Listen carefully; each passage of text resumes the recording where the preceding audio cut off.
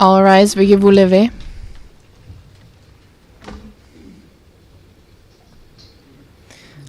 The International Criminal Court is now in session. L'audience de la Cour pénale internationale est ouverte.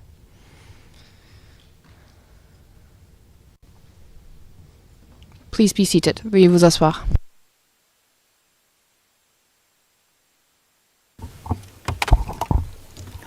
Bonjour à tous. Good morning, everyone. I'd like to once again welcome everyone here in the courtroom. And Madam Court Officer, if you could please call the case. Good morning, Madam President, Your Honors. Situation in the Republic of the Philippines in the case of the prosecutor versus Rodrigo Roa Duterte, case reference ICC 0121-0125, and for the record, we are in open session. Merci beaucoup. Thank you very much. I would now like to call upon parties and participants to confirm that the people here in the courtroom are the same as the ones present yesterday. Mr. Prosecutor? Madame la Présidente. Good morning, Madam President, Your Honors. There are a few changes in the composition of the OTP team today. I'm here representing the office, as was the case yesterday. Beside me is Julian Nichols, senior trial lawyer. He was here yesterday. I also have Edward Jeremy with me, trial lawyer. Robin Croft, trial lawyer. Un-Yo Young, associate trial lawyer. Sylvie Wakam, associate trial lawyer. Loria, and finally, James Miriti, our case manager. Thank you. Thank you very much, Mr. Prosecutor. Legal representatives of victims.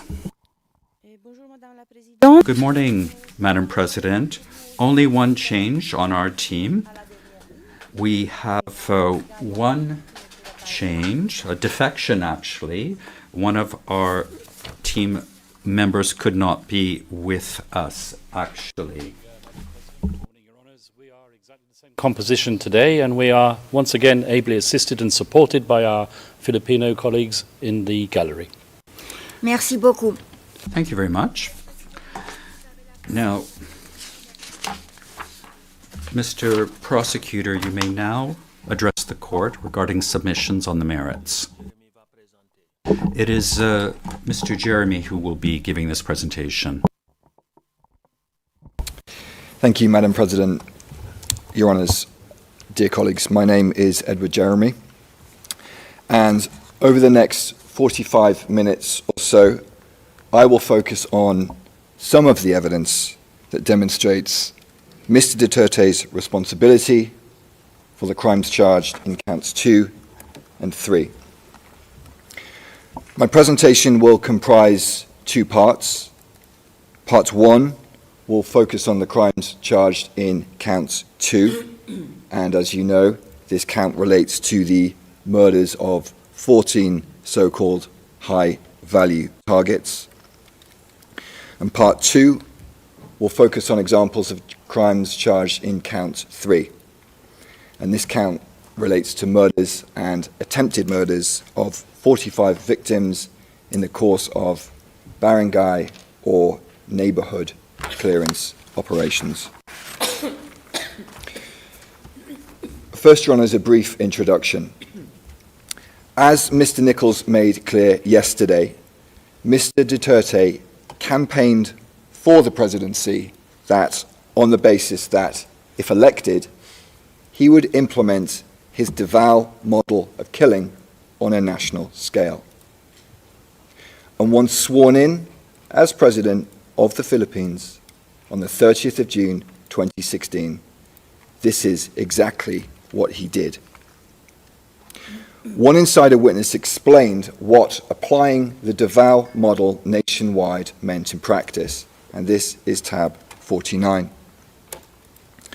As we see on our screens, evidence channel 2, This witness stated, quote, "It means that he wants to apply how Davao addresses the drug problem in a national scope, the whole country.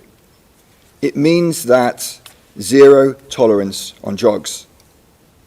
And what I understood is that we have to eliminate, neutralize drug pushers, just as in Davao."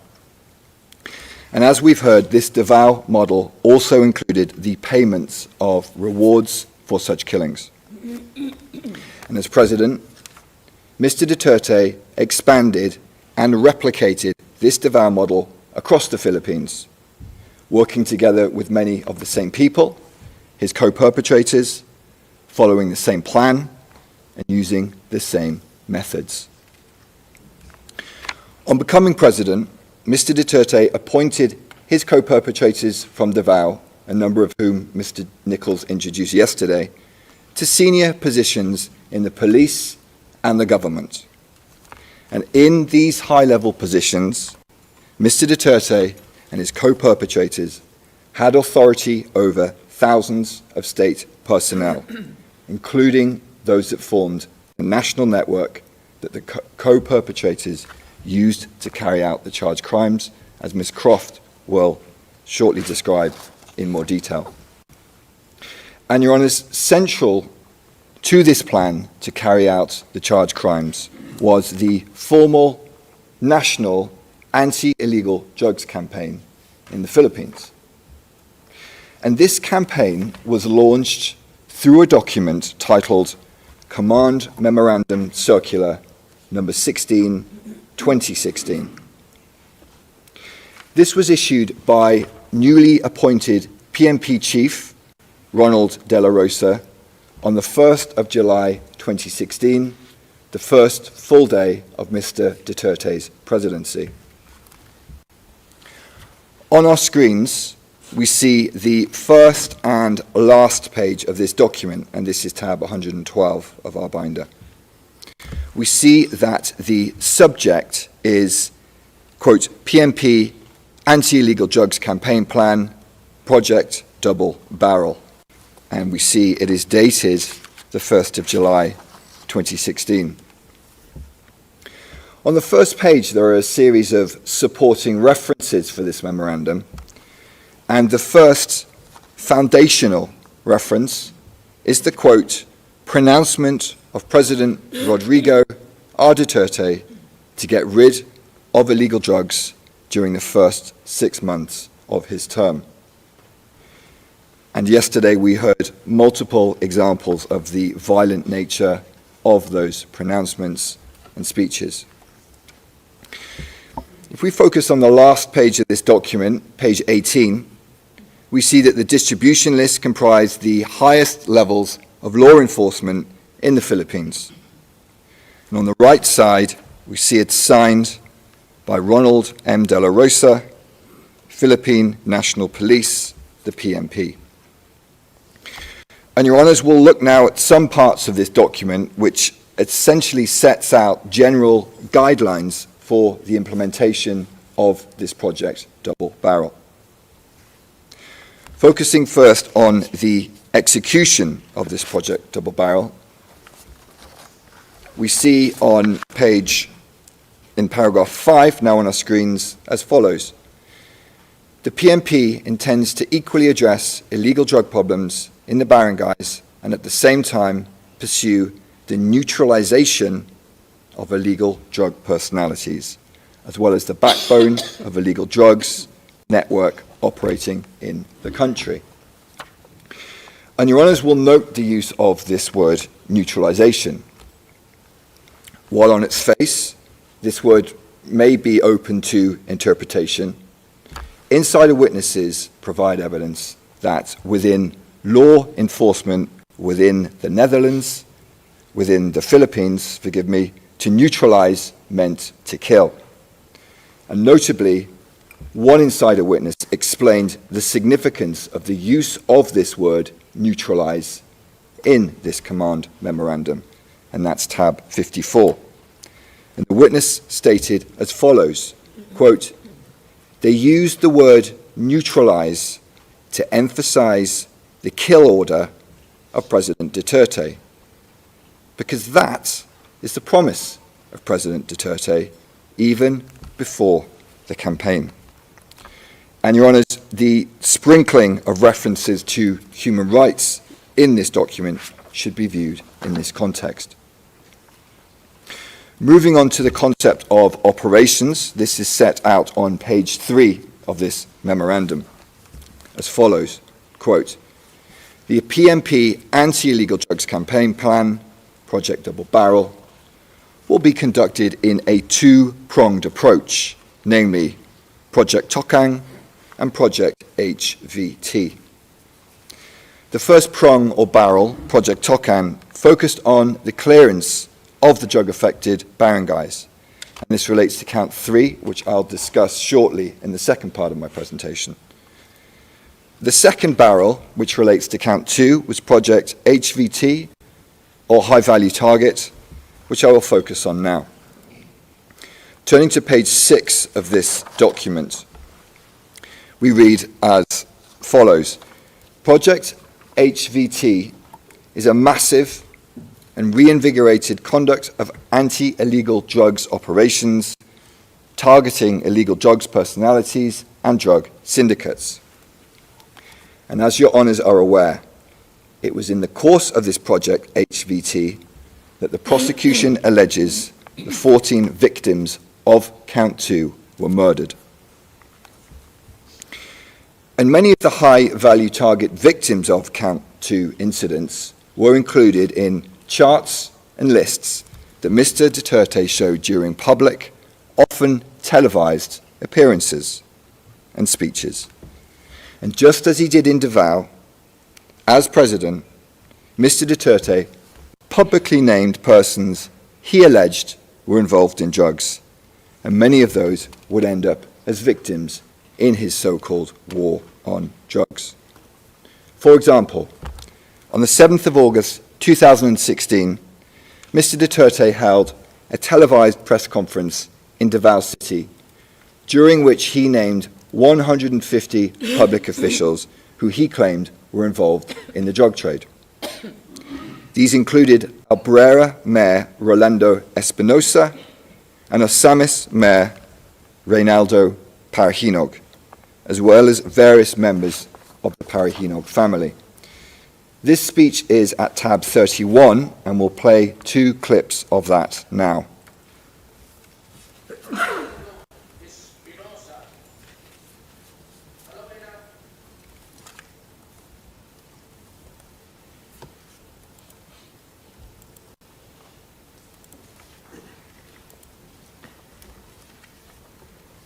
Reynaldo Parahinog, alias Andong, the mayor of Osamis City.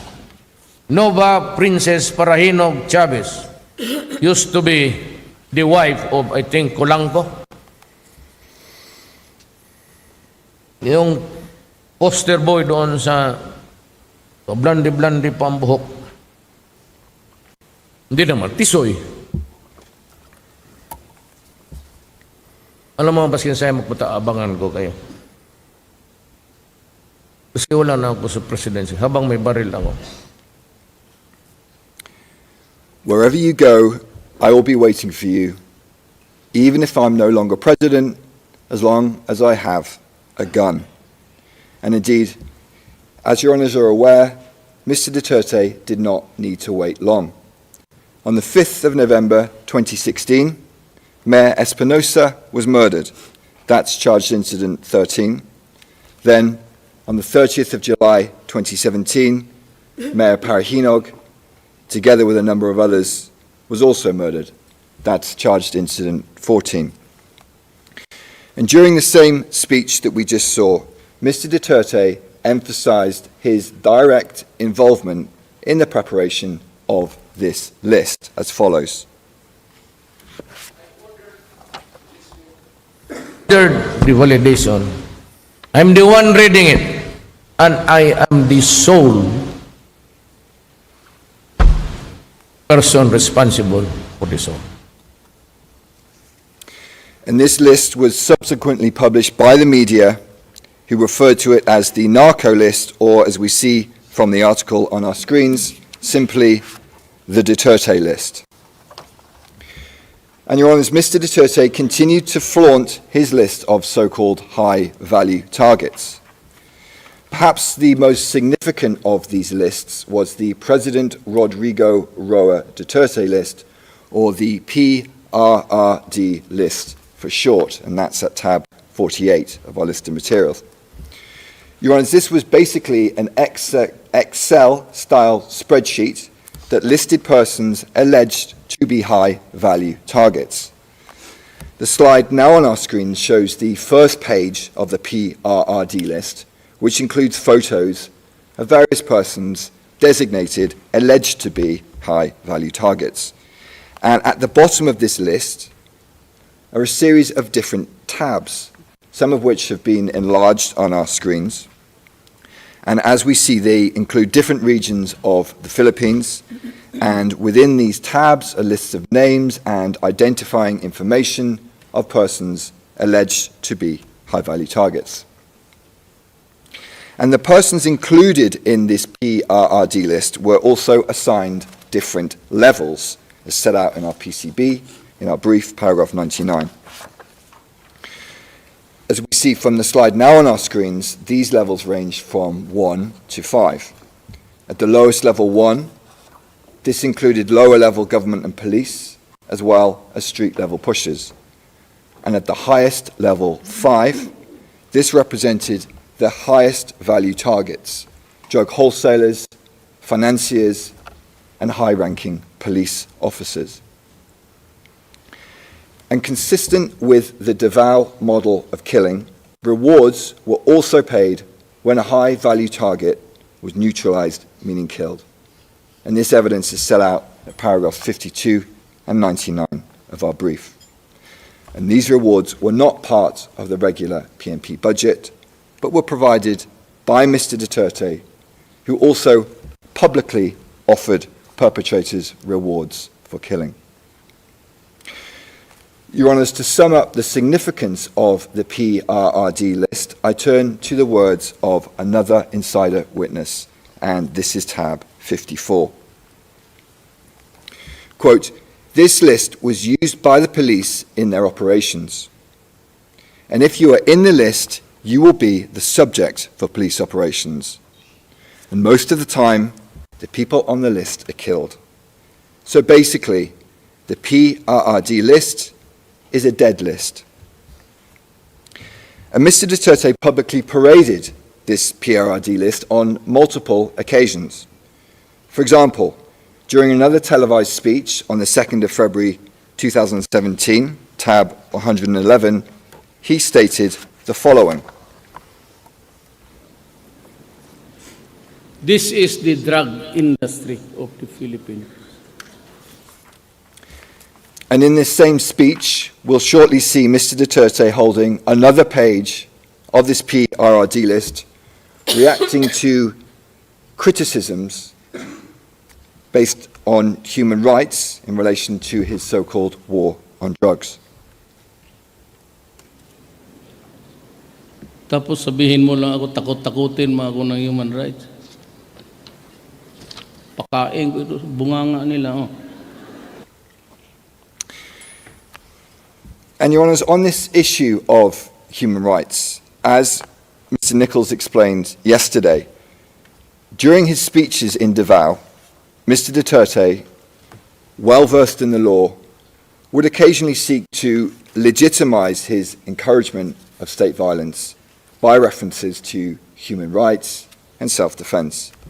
And he continued to do so as president. For example, as we will see in the next clip, during a speech on the 20th of September 2016, which is at tab 130, he stated the following. Pagka bumunot, patayin mo.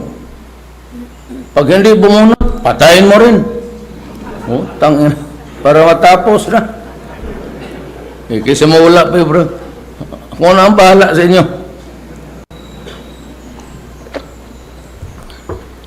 Itaga ninyo ito sa puso ninyo. For as long as I am the President. nobody but nobody, no military man or policeman will go to prison because they perform their duties well. Ako ang mapakulong sila. Sabihin mo lang, utos ni Mayor yun. So that was Mr. Duterte's message to the military and to the police. Kill, whether or not your target pulls a gun, and I will protect you. And Your Honours, as we will now hear, during the same speech, in case there was any doubt, Mr. Duterte made it very clear that this promise of protection related not only to lawful killings. For as long as there is that power to pardon sa Constitution, yan ang weapon ko against crime. Magmasakir kayo ng 100, di ba? 100 din kayo, edi pardon lahat eh.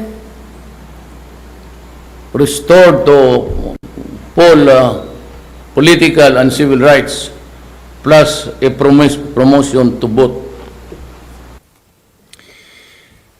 And Your Honours, as was so often the case, Mr. Duterte's message was repeated and amplified in the media, as we see in the next slide, which is tab 88, which reads as follows, quote, Duterte to troops, massacre criminals, I'll promote you.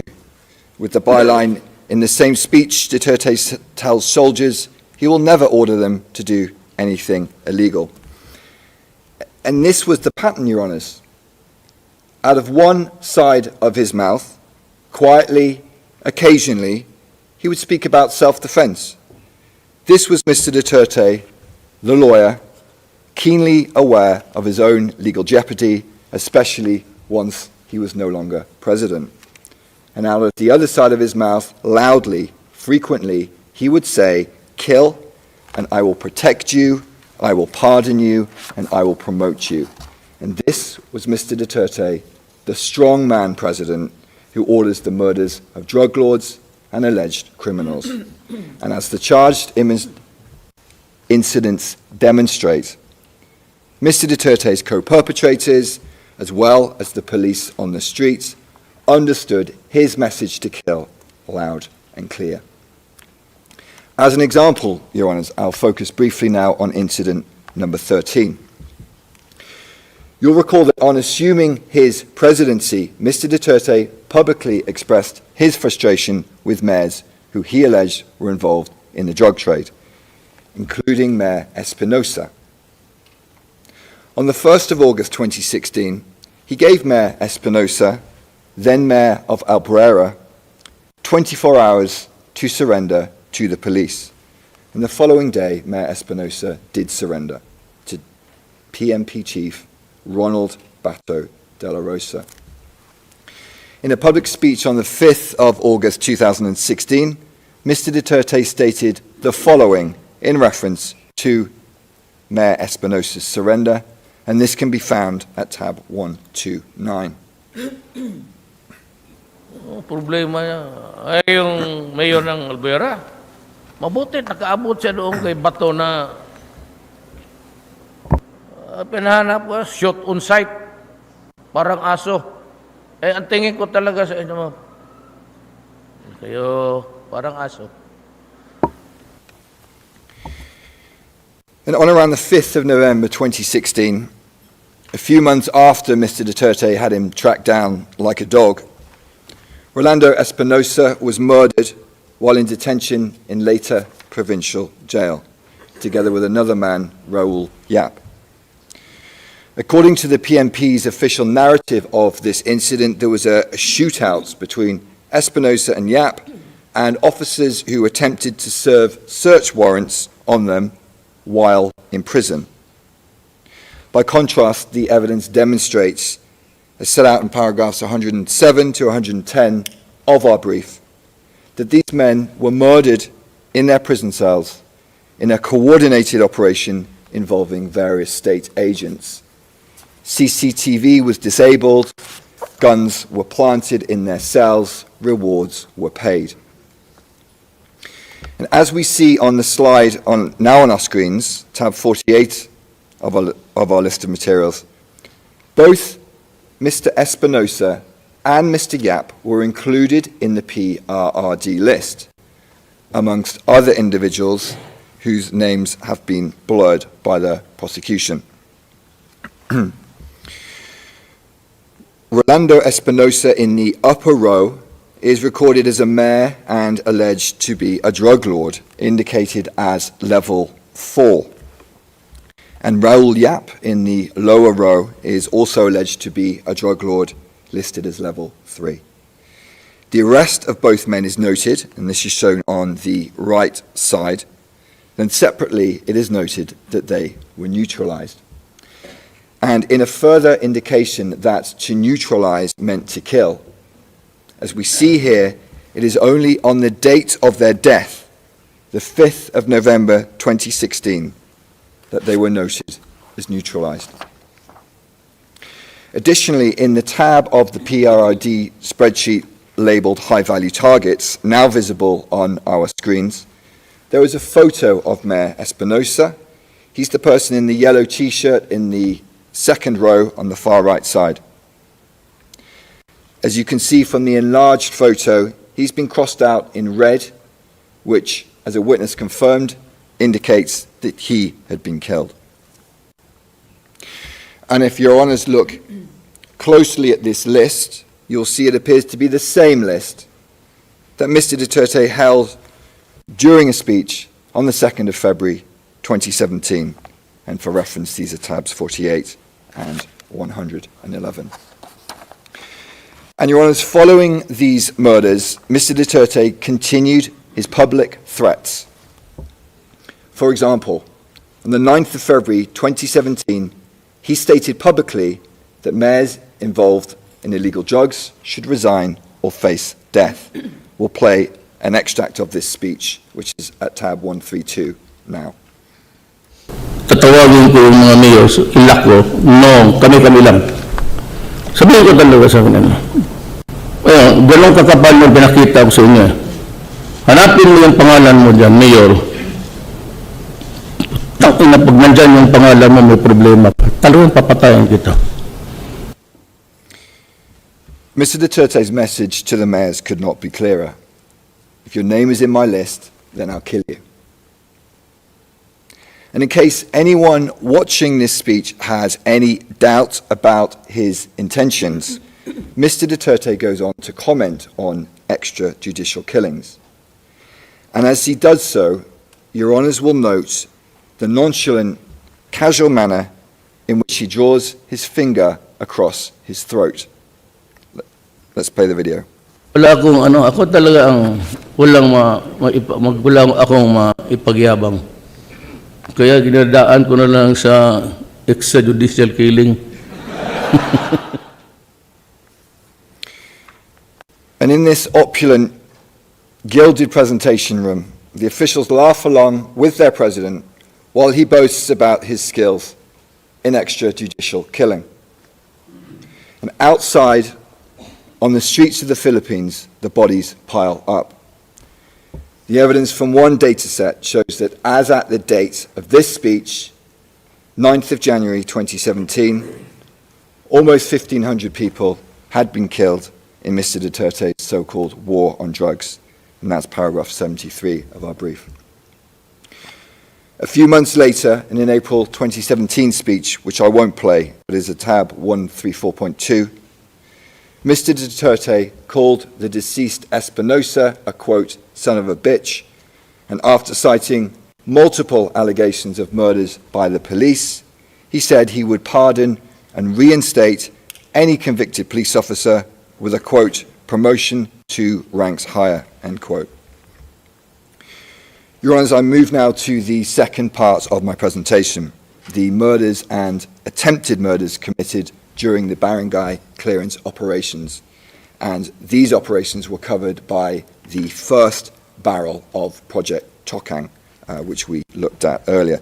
We'll briefly return to this document, CMC 16/2016, and the overview of the two barrels. As the slide on our screen shows, the stated aim of Project Tokang, just focusing on the first sentence, was, quote, accelerating the drive against illegal drugs in affected barangays, end quote. And in practice, Your Honours, this meant murdering some of the most vulnerable members of Filipino society. As witnesses stated, the poor were often targeted because they were the ones least likely to file complaints against the police. To quote one witness on our next slide, he stated, "It was said that the ones that we had to do the Tokang operation on had to be poor. Those who do not have the means to file a complaint or to complain." And similarly, another witness stated the following: "Based on what we've seen here in the Philippines, the people that were killed or could be killed were the poor, people with no means, simple people who were not able to file charges against them." Your Honours, Project Tokang operations were implemented across the Philippines in a number of ways, as set out in paragraph 75 of our brief. And these operations frequently followed the same modus operandi, as we also set out in paragraphs 33 and 114 of our brief, which was as follows. A target was identified, often through the use of lists, such as barangay lists or police station watch lists. The target was then murdered in a police operation. Weapons, drugs, and money, or a combination thereof, were then planted at the crime scene. And then the police reports were repeatedly falsified to legitimate the operations as acts of self-defense.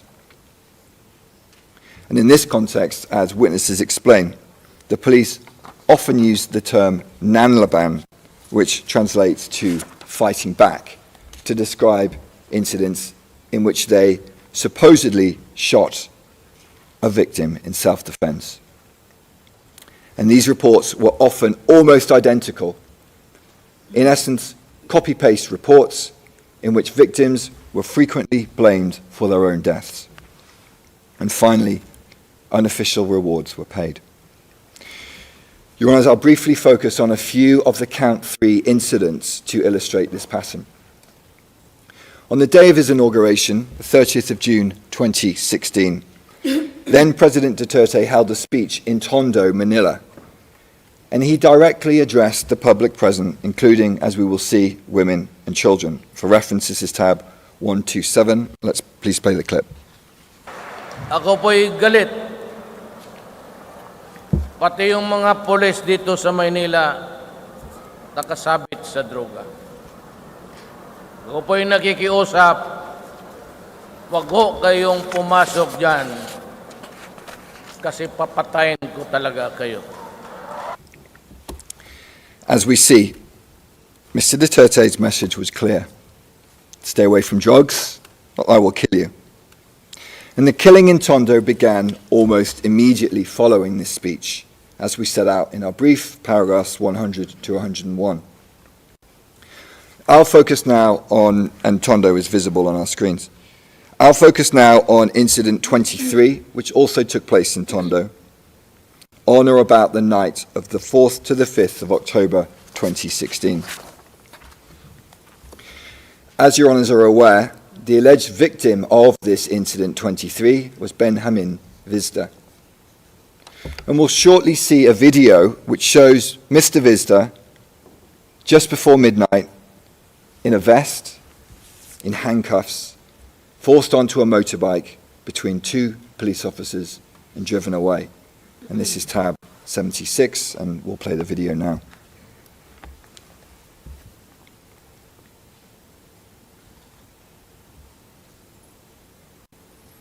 And we see now Mr. Vizda being forced onto the motorbike between the two police officers. And as he's being driven away, we see women and children chasing after him, no doubt terrified about what would happen next.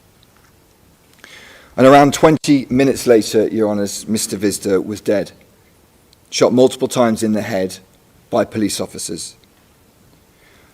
A witness described the scene, and Your Honours, the next slide will be a graphic image. And for reference, this is tab 77. The witness stated, quote, "The victim was lying on the street in handcuffs and was dead.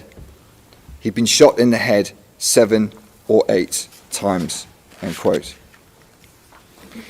The official account of this incident was recorded in a police report known as a spot report, dated the 5th of October 2016. This is tab 65. And this report, an extract of which is on the screen, stated that Mr. Visda was killed by the police in self-defense after he snatched the firearm of a police officer while he was on a motorbike, while wearing handcuffs, and he shot at the police but missed. Your Honours, as demonstrated by the evidence in paragraph 126 of our brief, this narrative is false. Benjamin Visda did not fight back. He was murdered. Your Honours, Project Tokang was also carried out through one-time, big-time, or OTBT operations, and these were large-scale, high-intensity police operations that often resulted in multiple murders. And one such operation took place in Bulacan, shown on our screens, between the 15th and the 16th of August 2017. In August 2017, the police made a press release regarding their recent operations, which noted that 32 people were killed by the police in simultaneous one-time, big-time operations from the 15th to the 16th of August 2017. This press release, which can be found at tab 108, is visible on our screens. In the headline, we read, quote, 32 killed, 107 arrested, as firearms, grenades, and numerous illegal drugs were seized in Bulacan, PMP, simultaneous big-time operations. And focusing, Your Honours, on the paragraph at the bottom of the screen, we see that the deaths of these 32 people were recorded as, quote, significant results, end quote, of the, quote, intensified campaign against illegal drugs, otherwise known as Project Double Barrel Reloaded, end quote. And this was essentially a reinvigorated version of Project Double Barrel, as set out in our brief footnote 37. And the press release goes on to name the 32 victims of this operation, which included 3 victims who are victims of charged incidents 28 and 29 in this case, who were murdered, consistent with the pattern of the other incidents in count 3, as set out in paragraphs 131 to 132 of our brief. Your Honours, 32 individuals killed by the police in Bulacan in a 24-hour period. You would imagine this would be a major national incident. So how did Mr. Duterte react to this shocking news? Let's hear what he said, and for reference, this is tab 147. Yung namatay daw kanina sa Bulacan, 32, in a massive raid. Ganda yun. Makapatay lang tayo ng another 32 every day, then maybe we could reduce what ails this country. So that was the President's message in response to the death of 32 Filipinos in a single day. He essentially said to the police, well done, keep going, let's kill another 32 every day. And, Your Honours, in this context, as you would expect, the killings went on and on. This phase of one-time, big-time operations continued until around the 18th of August 2017, resulting in many more deaths. As one witness stated, quote, it was hunting season, a killing spree, end quote. And that's at tab 77. And on the evening of the 16th of August, in the midst of this killing spree, Perhaps at the same time as Mr. Duterte's speech in Bulacan, a 17-year-old child named Kian de los Santos was murdered in Caloocan, the location of which is marked on our screens. And this is charged Incident 30. As usual, the police claimed that Kian de los Santos shot at them and they were forced to shoot him dead in self-defense. Another victim blamed for his death. As set out in our brief, paragraph 133, this account is contradicted by CCTV footage showing police dragging the child across the ground, and other evidence shows that after pleading for his life, he was shot twice in the head.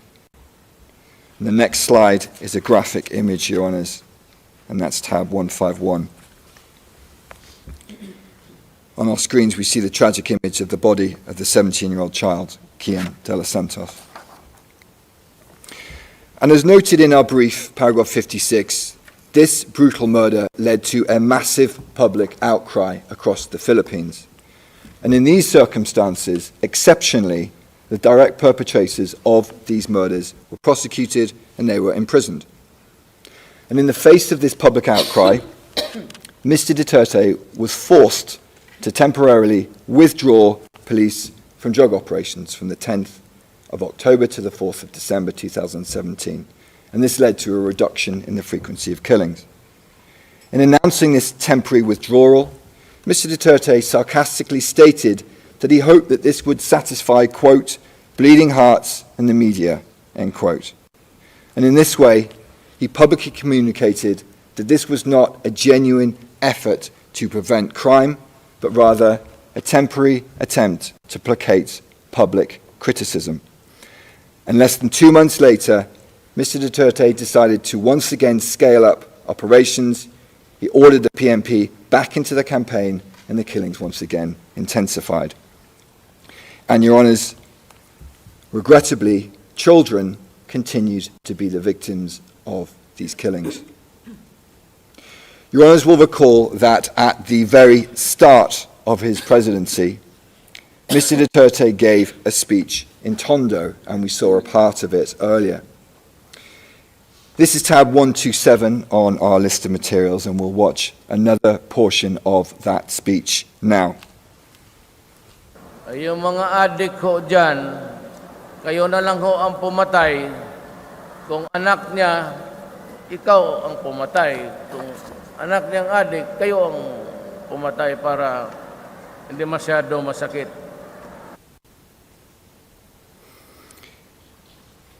If it's someone's child, be the killer yourself.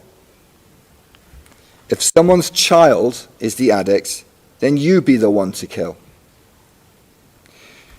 Your Honours, it's worth pausing here, taking a step back and reflecting on what we are seeing and what we are hearing. This is the President of the Philippines, the Commander-in-Chief, the most powerful man in the Philippines. He's pointing directly at the crowd, and he is telling them to kill someone else's child. Kill them, not because they are an alleged drug lord, not even an alleged criminal, but simply because they may have an addiction to drugs. And this is an example, perhaps, of what the defense described yesterday as Mr. Duterte speaking, quote, openly from the heart, sincerely and truthfully, end quote. And that's transcript 4, page 37, lines 15 to 16. And during an earlier part of the same speech, Mr. Duterte also boasted that during his presidency, funeral homes would make a lot of money. Let's play that clip. Sabihin ko sa inyo, itong mga panahon nitong mga araw na dadating, kung may punerarya ho kayo, kikita kayo ng husto.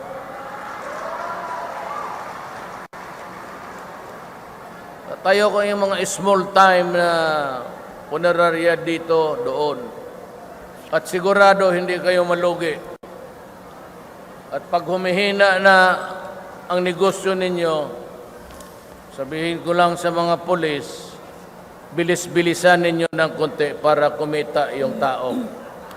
sa negosyo nila. Ayan, sinasabi ko na sa inyo. Hindi ako nagbibiro. So again, here's the President assuring funeral homes that if their business declines, he will, quote, tell the police, hurry up a little so people can make money from their business, end quote. And he stressed very clearly he was, quote, not joking. And as my friend said yesterday, transcript 4, page 30, lines 18 to 19, quote, for President Roddy, his word was his word, and the people knew it, end quote. In this context, to conclude, I'll focus briefly on incidents 38 and 45. As your honours know, in the course of these incidents, which occurred during 2018, on 2 separate occasions, the police detained a child aged around 14 or 15 years old. On each occasion, the police wrapped the child's head in packing tape so no one could hear them scream, and then strangled the child to death with wire. It's difficult to imagine a more terrifying end to 2 lives that had barely even begun. And these murdered children were then sold to funeral homes who profited from their bodies, as explained in paragraphs 142 and 150 of our brief. Your Honours, dead children, police ensuring that funeral homes made money. Mr. Duterte indeed was not joking. Thank you, Your Honours. This concludes my presentation. I now hand over to Ms. Croft. Merci beaucoup, Monsieur. Judge Motors, thank you very much, Mr. Prosecutor, for your presentation. I think we are going to observe a break of 40 minutes up to 11:30 a.m. Thank you very much.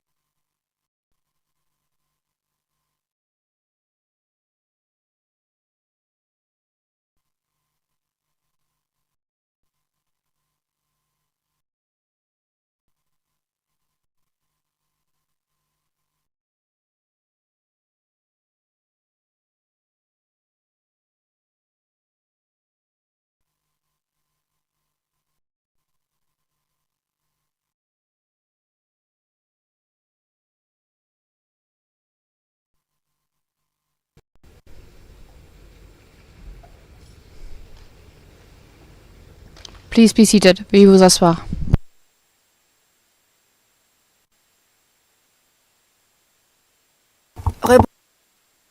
Maintenant, je vais... I will now give the floor to the prosecutor. Please proceed please continue with your presentation. Thank you, Madam President, Your Honours. My name is Robin Croft, and I will address two topics today. First, I will present on the contextual elements of crimes against humanity. And second, I will set out some of the prosecution's evidence on Mr. Duterte's individual criminal responsibility for the crimes alleged in this case. Turning first then to the contextual elements. Your Honours, the contextual elements of crimes against humanity are established in this case because, first, there was an attack against the civilian population in the Philippines. The attack targeted civilians alleged to be involved in drug-related crimes and other forms of criminality. The Rome Statute crimes alleged in this case formed part of that attack. Second, the attack was widespread and systematic. And third, the attack was carried out pursuant to, or in furtherance of, a state or organisational policy. This policy was to neutralise alleged criminals in the Philippines through violent crimes, including murder. The evidence establishing the contextual elements are set out in paragraphs 71 to 86 of our pre-confirmation brief.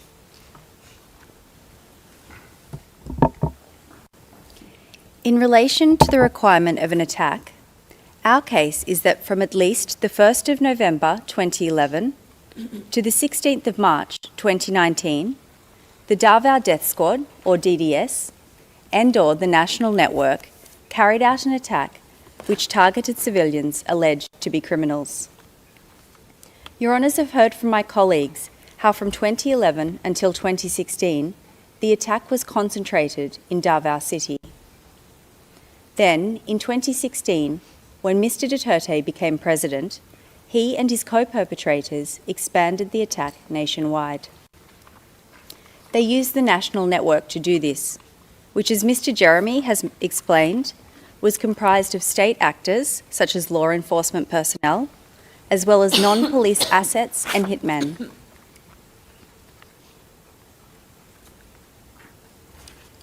Your Honours, the locations of the murders contained in counts 1 to 3 of our document containing the charges are indicated on the map on your screens. They include 76 murders, which themselves satisfy the threshold of multiple acts making up a course of conduct. However, as Mr. Nichols has noted, the crimes in count 1 to 3 are representative and emblematic of a larger killing campaign.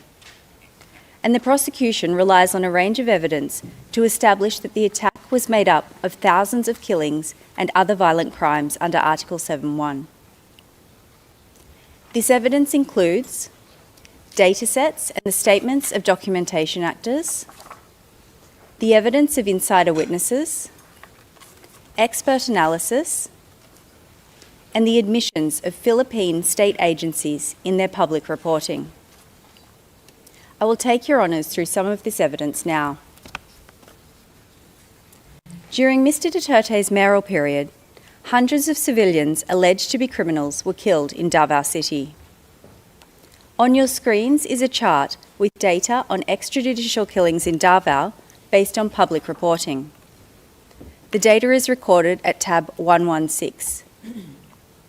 It shows that between 2012 and 2015, there are at least 274 extrajudicial killings in Davao City. This data is corroborated by DDS insider witnesses. Several DDS witnesses say that they each killed hundreds of alleged criminals while with the DDS. Your Honours can see on this slide quotes from one DDS witness. They estimate that, I quote, between 1,500 and 2,000 people, end quote, are buried at Laud Quarry. The quarry was only one of several places that the DDS dumped bodies in and around Davao. That's at tab 37. This witness said that they personally killed hundreds of people. They described their job as the DDS as being, quote, just to kill small criminals, petty criminals. Out of the almost 300 people that I have killed, I never actually got to kill a drug lord, end quote. That's at tab 34. This witness's words make it clear that the target of the attack was people alleged to be criminals in Davao.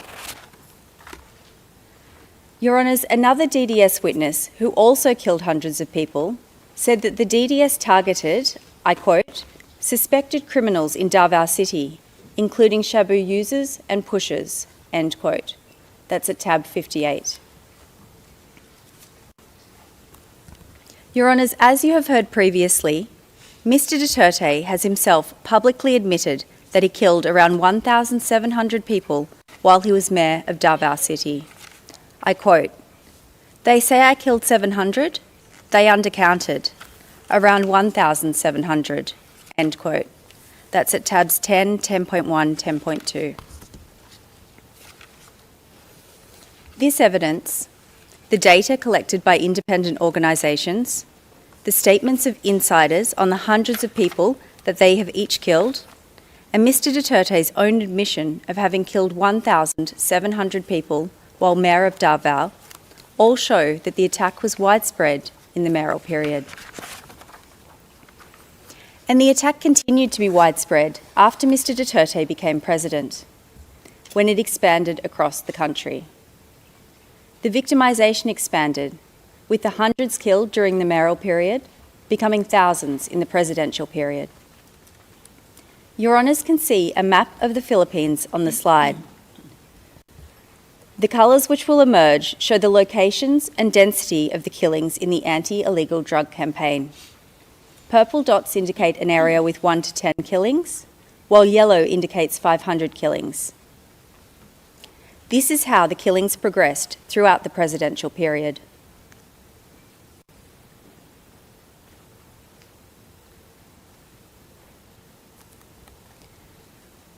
Your Honours, this map is based on data collected by an independent organisation which recorded at least 5,823 anti-drug killings during the presidential period. This data is recorded at tab 104. The data shows that the attack during the presidential period was widespread. As Your Honours can see from the map, it occurred across the country. It occurred over multiple years, and thousands of civilians were killed. Mr. Duterte's administration effectively admitted to the large volume of the attack. They admitted that thousands of individuals were killed in anti-drug operations while Mr. Duterte was president. For example, in the Duterte administration's 2017 year-end report, which you can see on your screens, the administration admitted that 3,967 drug personalities died in anti-drug operations in the first year and a half of Mr. Duterte's presidency.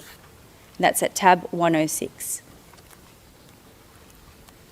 Similarly, the Philippine Drug Enforcement Agency, or PADEA, admitted that 5,281 drug personalities died in anti-drug operations in the first 2.5 years of Mr. Duterte's presidency.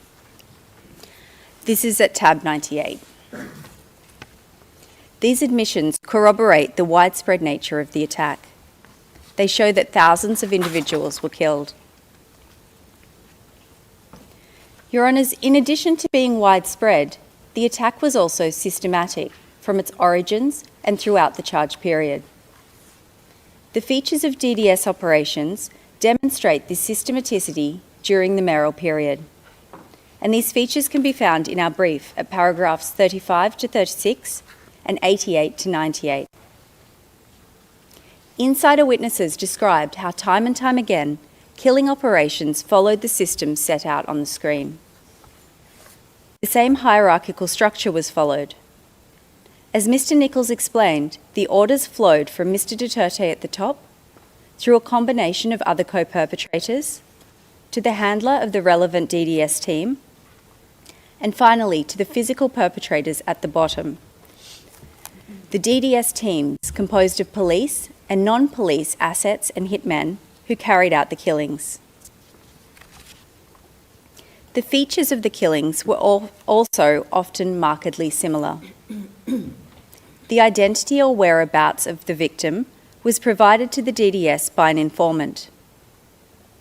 The perpetrators would frequently arrive to or flee the crime scene by motorcycle. They shot or stabbed their victims at close range. The victims were targeted on the basis that they were alleged to be drug users, pushers, or other criminals. And the DDS received a sum of reward money for each kill. When the attack expanded during the presidential period, it continued to be systematic because it remained highly organised, planned, and coordinated. Similar systems to the one I've just described in Davao were deployed during Mr. Duterte's presidency to implement the killings. Your Honours can see some of those features listed on your screens. As in Davao, victims were targeted on the basis that they were alleged to be drug users, pushers, or other criminals. The process for killing the targets was often markedly similar. First, the victims were identified by state actors as targets and listed. As Mr. Jeremy has outlined, high-value targets were often listed on the PRRD list. The targets of barangay clearance operations were often listed on local drug lists, such as local police station lists. Second, targets were killed in the context of so-called law enforcement operations.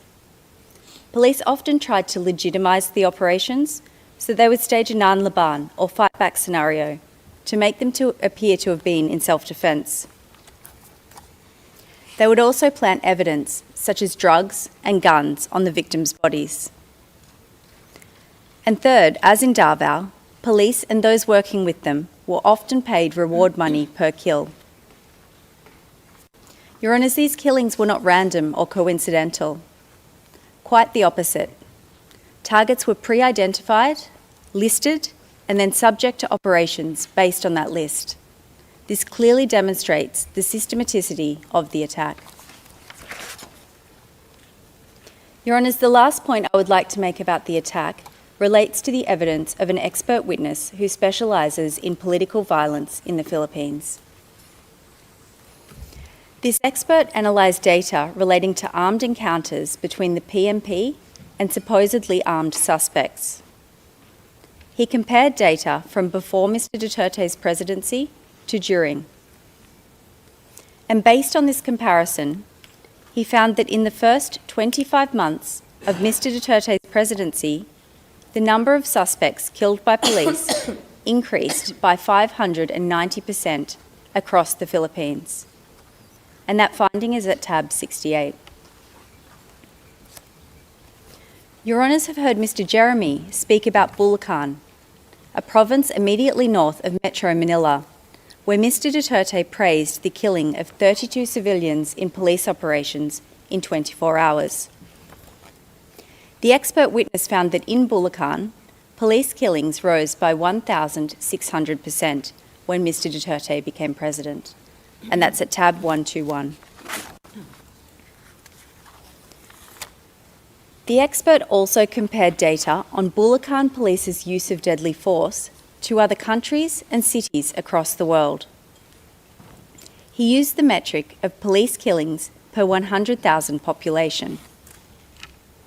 The chart on your screens shows this comparison, which is at tab 121 again. The data on Bulacan is orange, while other countries and cities are blue. The orange bar on the left shows police use of deadly force in Bulacan before Mr. Duterte became president. You can see that with a fatality rate of over 1, it was already comparatively high. The orange bar on the right shows the dramatic increase in killings in Bulacan by police after Mr. Duterte became president.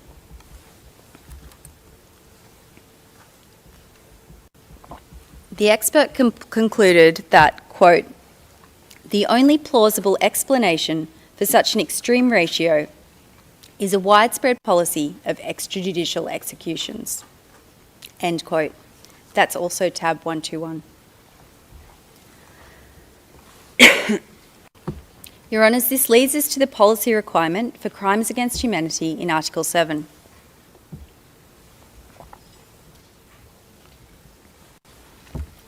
Your Honours, the attack in this case was carried out pursuant to a policy to neutralise alleged criminals through violent crimes, including murder. The policy was also known as the Davao Formula or Model.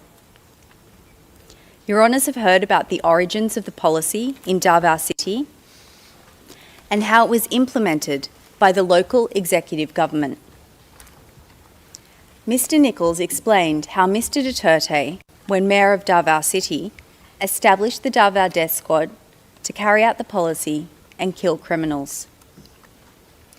The evidence establishing the state or organisational policy in this case is set out at paragraphs 77 to 84 of our brief. As the policy and the common plan were both to neutralise alleged criminals via violent crimes, there is some overlap between the evidence on each. I will set out some of that evidence now while discussing the policy, and then some later while discussing the common plan. The evidence includes Mr. Duterte's many public statements and speeches outlining the policy. It also includes the Command Memorandum Circular, which Mr. Jeremy mentioned earlier, witness accounts, speeches and statements by other co-perpetrators, the high-level of coordination between state actors. Sorry, Your Honours. I will start with Mr. Duterte's own speeches. Your Honours, Mr. Duterte made no secret of the policy, as is shown by the references in our brief to his many speeches outlining the policy. He made these speeches as Mayor of Davao, as a presidential candidate, and then as President of the Philippines. One example of a speech that Mr. Duterte made as Mayor was at a meeting on peace and order in Davao in October 2015. That is tab 13.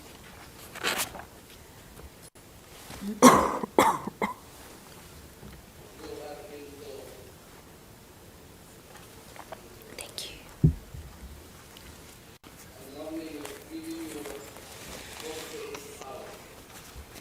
8 hours yung mga nagdi-distribute ng droga sa Boulevard.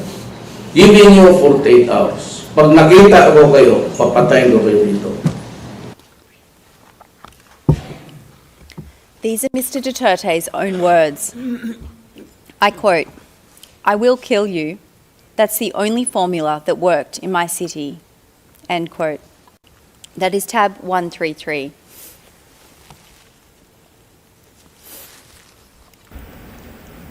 Prangka-prangkahan talaga. I will kill you.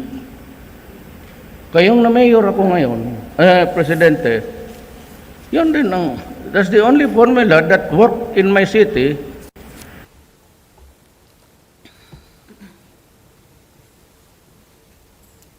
Your Honours will recall that yesterday, Mr. Nichols played a series of Mr. Duterte's presidential campaign speeches.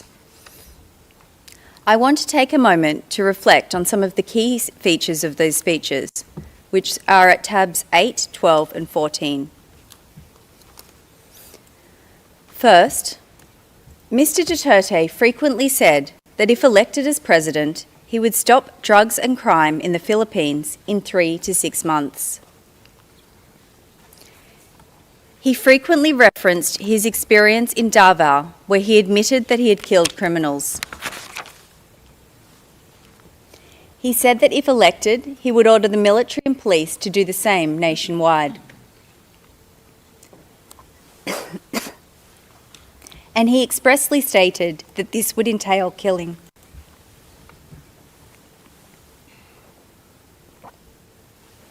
Your Honours, Mr Duterte's speeches make it clear that there was a policy to neutralise alleged criminals by violent means, including murder. And Mr Duterte was not the only member of the Common Plan who disseminated the policy through public speeches and statements. In this video at tab 9, co-perpetrator Mr De La Rosa addresses a crowd of self-confessed drug addicts in Bacolod City and urges them to kill drug lords and burn their houses. But on Thursday, National Police Chief Ronald De La Rosa's rhetorics were far from toned down, as he told hundreds of self-confessed drug users and pushers in Bacolod City to kill drug lords.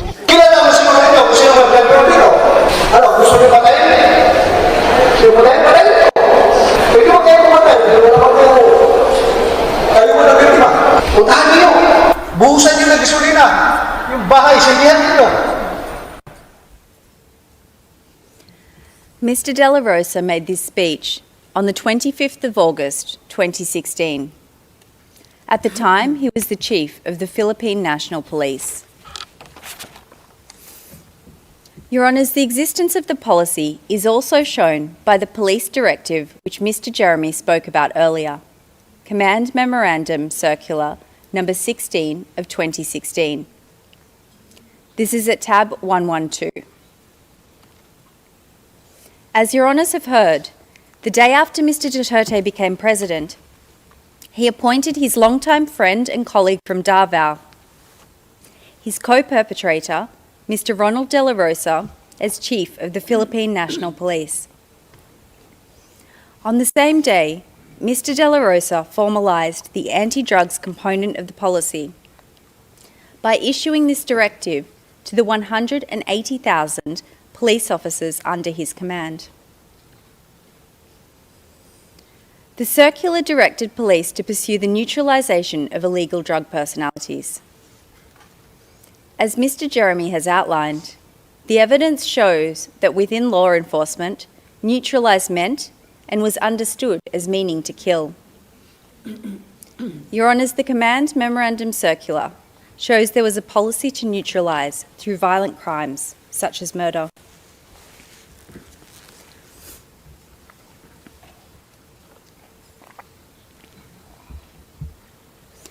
I will now turn to part 2 of my presentation on Mr Duterte's individual criminal responsibility.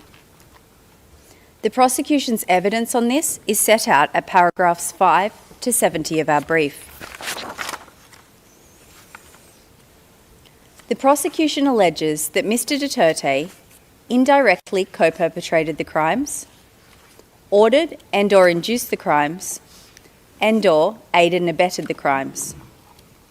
Today, in the interest of time, I will focus on indirect co-perpetration, and we rely on our brief for the other modes of liability. Your Honours, Mr Duterte is an indirect co-perpetrator of the alleged crimes because, first, he agreed to a common plan to neutralise alleged criminals. Second, he and his fellow co-perpetrators jointly controlled a structure of power, namely the Davao Death Squad and the National Network, which they used to pursue the common plan. Third, Mr Duterte made an essential contribution to the crimes within the framework of the common plan. And fourth, he did this with the requisite intent. Your Honours can see on your screens an excerpt from paragraph 4 of our document containing the charges. This sets out the scope of the common plan. The plan was to neutralise alleged criminals in the Philippines, including those perceived or alleged to be associated with drug use, sale or production through violent crimes, including murder. As Mr Nichols has explained, Mr Duterte and his co-perpetrators agreed to this plan in Davao City. Photos of the co-perpetrators in Davao City are displayed on your screens. They're a combination of trusted police officers, an individual from Mr. Duterte's mayoral office, an officer from the National Bureau of Investigation in Davao Region, and a lawyer who acted on behalf of certain members of the Davao Death Squad. In 2016, when Mr. Duterte became president, the members of the Common Plan remained largely the same. They were joined by a further two individuals, a senior police officer and a long-time colleague of the group from Davao City, who had worked with the DDS before the jurisdictional period. I will take your honours through some of the evidence which shows both the scope of the Common Plan and the co-perpetrators' agreement to it.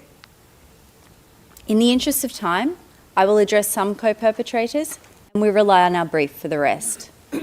That's at paragraphs 9 to 23 of our brief. On your screens is a photograph of Mr. Ronald De La Rosa. When Mr. De La Rosa was Davao City Police Chief, he developed Tokhang operations. As your honours have heard from Mr. Jeremy, Tokhang was a blueprint for police to implement killings later in the presidential period. When he was announced as Mr. Duterte's chosen PMP chief in May 2016, Mr. De La Rosa gave this interview, which is at tab 101. It shows that he wholeheartedly agreed to the Common Plan. Patayan sa drugs. Patayan talaga ito sa drugs. Kaya kayo mga drug lord dyan, humanda na kayo at talagang sasagasaan ko kayo. On this slide is a photo of Isidro La Peña. Like Mr. De La Rosa, Mr. La Peña was well known to Mr. Duterte because he too had worked as Davao City Police Chief. In his case, from 1996 until 1998. In 2016, Mr. Duterte appointed Mr. La Peña as Director General of the Philippine Drug Enforcement Agency, or PAGDINIG. PAGDINIG is the lead anti-drug enforcement agency in the Philippines. 2 days after Mr. La Peña took his oath, he gave a speech to his PAGDINIG subordinates. There is an excerpt from that speech on the slide. Quote, "Under then Mayor, we implemented strict law enforcement against illegal drug activities in Davao City. The President wants to replicate and expand what is being done in Davao. And that is precisely what I intend to do." End quote. That's tab 101.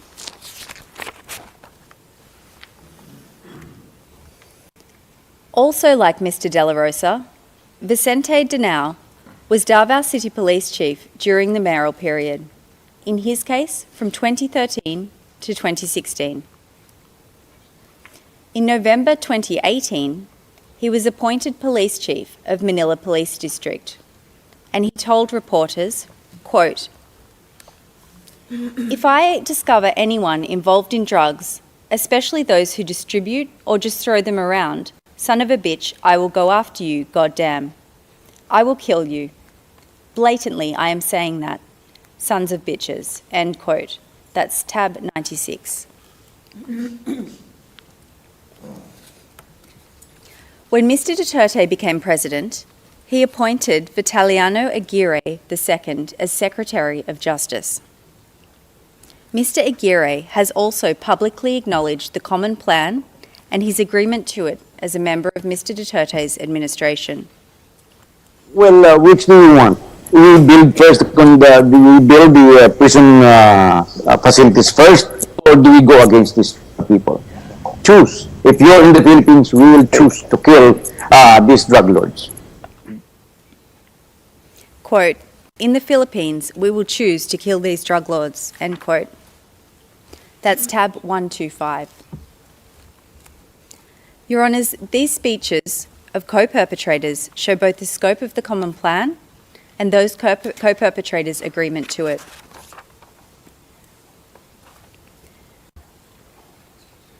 Your Honours, the next element of indirect co-perpetration is control of a structure of power. In the mayoral period, Mr. Duterte and his co-perpetrators controlled the DDS, which they used to pursue the common plan. There is a diagram of the DDS hierarchy on your screens. As the Mayor of Davao City, Mr. Duterte sat at the apex of the formal and city structures. The law gave him formal operational, supervision and control over the police in Davao City. In addition to this de jure power, insider witnesses spoke about his de facto power over police and the DDS structure. Under Mr. Duterte were a combination of co-perpetrators from the Davao City Police Office and the Mayor's Office. Together with Mr. Duterte, they controlled the DDS teams beneath them. They controlled the will of the DDS perpetrators through a range of mechanisms. And these are set out in paragraph 38 of our brief and include threats to kill and actual killing. To illustrate this control, there are quotes from one witness on your screen. This witness said that when he was first told to kill, he did not want to. But, I quote, "I felt like I didn't have any other choice but to follow their orders. Duterte is the most powerful person in Davao City, and you had to do what he wanted. It wasn't possible not to not obey his command." End quote. This is tab 51. When Mr. Duterte became president, the co-perpetrators continued to control a structure of power. One of the first things that Mr. Duterte did with his new presidential powers was to appoint his co-perpetrators from Davao to national positions in government and law enforcement, which were key to the common plan. And after he appointed Mr. De La Rosa as chief of the PMP, Mr. De La Rosa used his new powers to move other police co-perpetrators into key policing roles. These new appointments expanded the geographic powers of the co-perpetrators and allowed them to create a larger network of individuals they controlled. Your Honours can see that structure of power on the chart on your screens. The co-perpetrators controlled the executive, they controlled the police, they controlled the Drug Enforcement Agency, the National Bureau of Investigation, and the Department of Justice. And they used this control to ensure that their subordinates carried out the plan to neutralise alleged criminals through violent crimes. For example, as PMP chief, Mr. De La Rosa now controlled some 180,000 police officers, who, as you have heard, he directed to neutralise drug personalities. Mr. La Peña now controlled 1,800 Philippine drug enforcement personnel. They used these subordinates as physical perpetrators to commit the crimes. Mr. Aguirre, as Secretary of Justice, now had control of the National Prosecution Service. He used this control to ensure that, except for a handful of low-level perpetrators in notorious cases, the crimes were not prosecuted, and a climate of impunity prevailed. And the co-perpetrators controlled the will of the physical perpetrators. As in Davao City, low-level members of the national network risked losing their jobs or being killed if they did not comply. For example, Your Honours can see the evidence of a police insider on your screens. He said that if his boss did not kill enough people during police operations, he would lose his post and be replaced. I quote, "We were told that there should be 5 to 10 deaths per month. The regional director called him and told him that if there were no deaths or no recorded killings, then he would be relieved of his duty." End quote. That's tab 124. Now on your screens is the evidence of an individual who police suspected of involvement in drugs. he surrendered to police to avoid being killed. The police held his status as an alleged drug pusher against him and recruited him as an asset. They made him kill other civilians who were alleged to be involved with drugs. He said, quote, "I surrendered myself to them. I knew that they wanted to kill me, so I became an asset of theirs," end quote. That's at tab 22.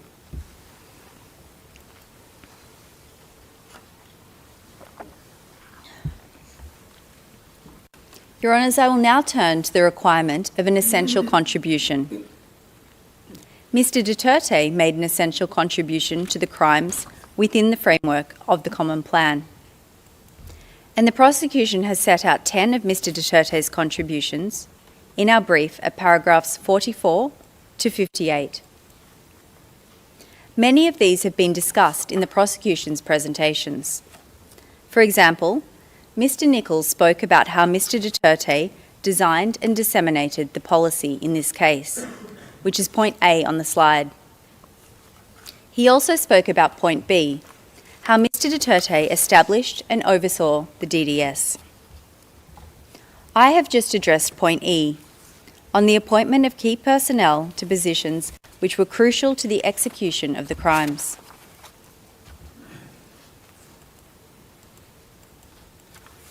Mr. Jeremy has spoken about point J, how Mr. Duterte publicly named so-called high-value targets who were then killed. And all members of the prosecution have touched upon point H, Mr. Duterte's public statements authorising, condoning and encouraging killing. Your Honours, without Mr. Duterte's essential contribution, the crimes in this case would not have been committed, or they would have been committed in a significantly different way. We can see this in the evidence of low-level members of the Davao Death Squad and the National Network, who said that Mr. Duterte's conduct had a causal effect on their perpetration of the crimes. You can see on the screens, one low-level perpetrator during the mayoral period said, I quote, "I was confident to continue killing people because anyway, we wouldn't be arrested for that," end quote. That's tab 38. A low-level police perpetrator during the presidential period was asked about the impact Mr. Duterte's public speeches had on his team, including when deciding to kill someone. He responded, quote, "It did have an effect on me because it's like I was saying to myself, well, even the president, he himself is ready to do something like this, and who am I?" End quote. That's tab 142. A senior police officer during the presidential period was asked why his police unit started killing in July 2016. He responded, I quote, "Because of the directive of the president," end quote. That's tab 120.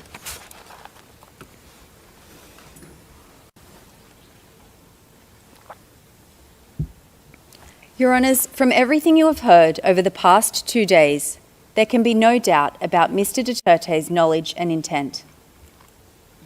Mr. Duterte meant to engage in the conduct that has been charged in this case. He intended that the crimes would be committed, and he was aware that they would be committed as a result of implementing the Common Plan.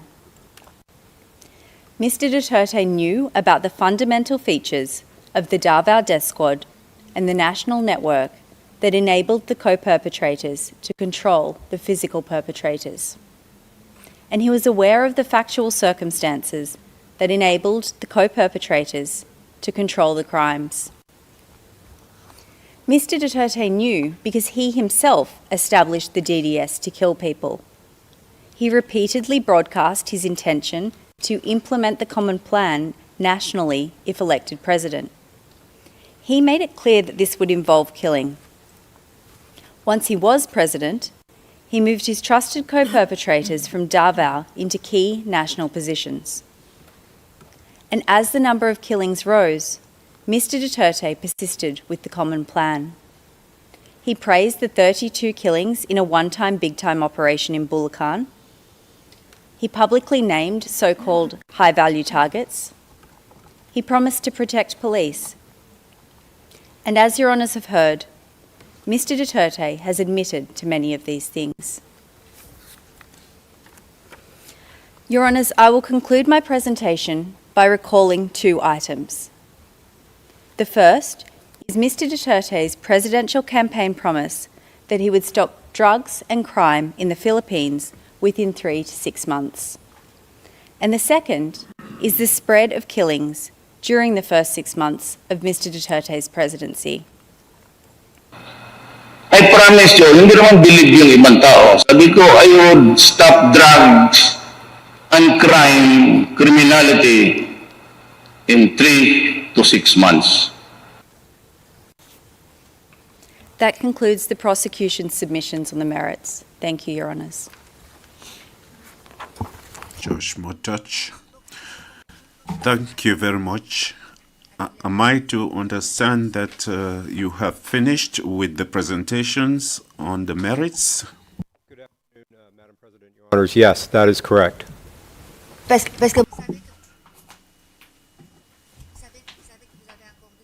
You know that you still have some time, right? Yes, but we've hopefully been efficient, and we have finished now. Thank you. Start with my